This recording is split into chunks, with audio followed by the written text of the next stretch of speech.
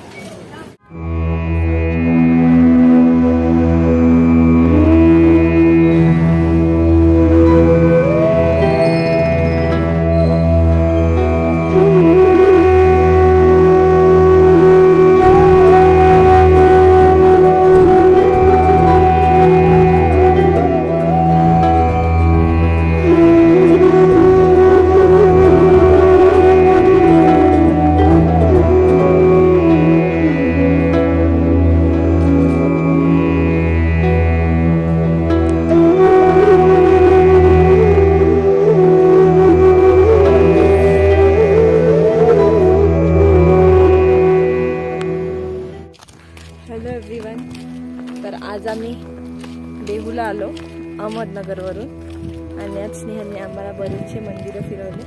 आमची पहिलीच वेळ होती आणि माझी आमची पहिलीच वेळ होती, माझी पण दुसरीच होती.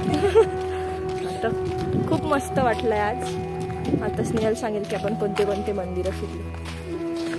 आपण पहिले जगद्गुरू संत तुकाराम महाराज मंदिर, आपण त्यांचं जन्मस्थान वगैरे पाहिलं.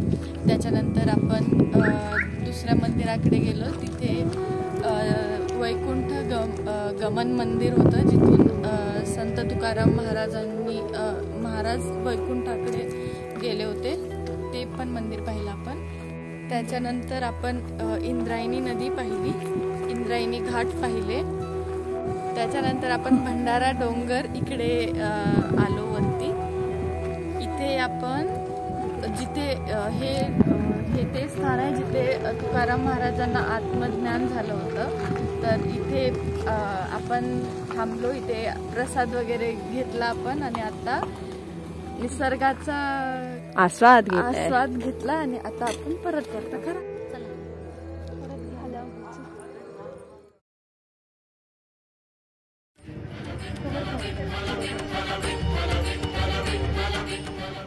आज आपण आलो आहोत गाथा मंदिर या ठिकाणी. आपण पाहू शकता हे मंदिर आहे.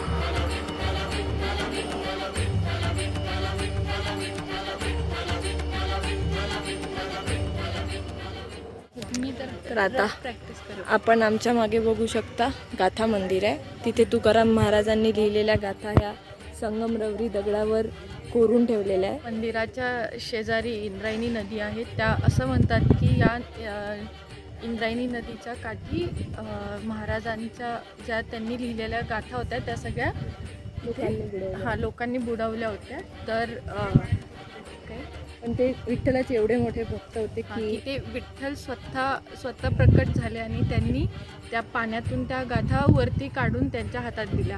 तर हे मंदिर त्यासाठीच बांधलेलं आहे की या मंदिरच्या सगळ्या भिंतींवरती मार्बल्समध्ये ते सगळ्या त्यांच्या गाथा लिहिलेल्या आहेत की जेणेकरून पिढ्यानपिढ्या ही जी गाथा आहे ती लोकांपर्यंत पोहोचत.